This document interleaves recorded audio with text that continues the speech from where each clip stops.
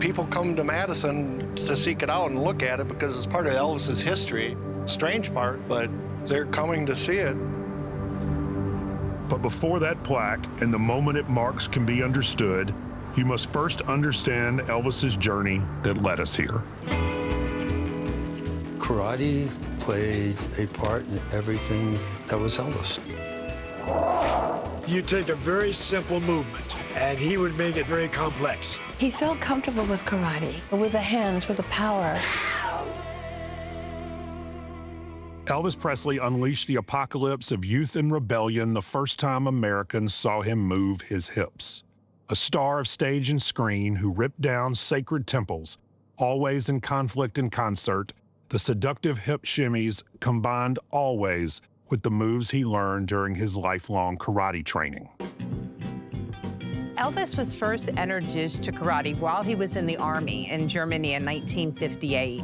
And it became kind of a passion of his. When I first met him, I never heard of karate before. Elvis had his karate instructor come to his place, and he would train Elvis. He really liked the Zen or Chi part of karate. He liked the strength of karate that was a defensive. He studied a lot. It makes sense, doesn't it, for someone whose life sped faster and faster out of control to crave the order and focus of a dojo. Elvis absolutely loved karate, and he felt very safe with karate, and he liked to do it in front of people to show off what he had learned. Elvis was officially discharged from active duty on May 5th, 1960. Over the next decade, he continued to practice karate. Elvis met King Ree in the early 1970s. King Ree was a local gentleman here in Memphis who was the leading Taekwondo teacher in the area. It was King Ree who was the one that gave Elvis his karate nickname, which was Mr. Tiger. He was like a tiger when he was doing his karate moves. In 1973, Elvis crossed paths with legendary martial artist Bill Superfoot Wallace, who had just won kickboxing's heavyweight division in the U.S. Championships in Dallas, Texas. Elvis always understood the greatest benefit of his celebrity was his ability to collect interesting people. Go back to Memphis. I'm working out at Kong Ree's. There's a commotion out in the foyer. And all of a sudden, Elvis Presley walks in with the entourage. And I went, and Kong Reese says, Master Presley would like to meet you, Mr. Wallace. And I go, huh? And I go over and shake his hand, all that stuff. He was at the tournament in Dallas where he watched me fight and wanted to meet me. And that's how we met. Superfoot began training with Elvis and says he grew a profound respect for the King's appreciation of their shared passion. He was absolutely superb at self-defense. Black belt is the highest rank that there is.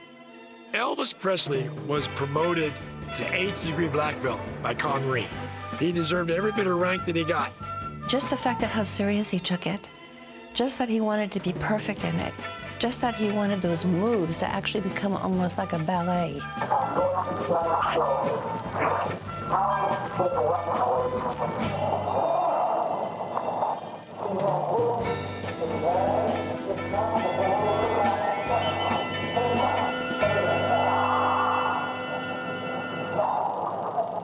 The first year Elvis introduced karate on stage would have been in Vegas in 1969. Not only did you have the influence of karate in his stage wear with the two-piece outfit he was wearing, but you also had the karate moves that were incorporated into his show. Sometimes on stage, he would do some of the moves. And I think a lot of kids were interested in that. He'd stop performing for a little bit, and then he'd start showing the moves and with his movements as he sang, which looked almost like art, really, when he would do it. It was beautiful. The crowd was in awe. You know, they're screaming. You could feel it. Every time Elvis Presley went on stage and went through some of those karate antics that he went through, every mother that had a son said, my kid's gonna do that.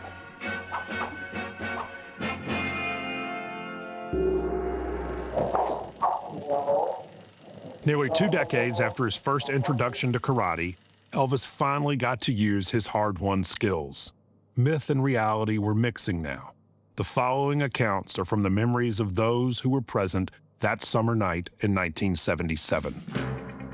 Elvis was performing in Madison on June 24th, 1977. He had a concert scheduled for that night. I was working for my dad at his service station. I was 17 years old, and I ran the place at night for him. All right, let's go. As I was waiting to turn on to East Washington Avenue, there was a limo in front of me.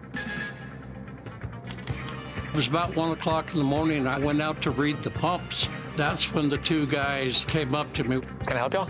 I noticed a commotion to my right, and I recall seeing 2 boys beating up a gas station attendant. I had like one guy in front of me and one guy behind me, and then they start pushing me back and forth. Then I started swinging, and they were swinging. So all of a sudden, the door flew open as hard as the door could fly open. And then Elvis jumped out.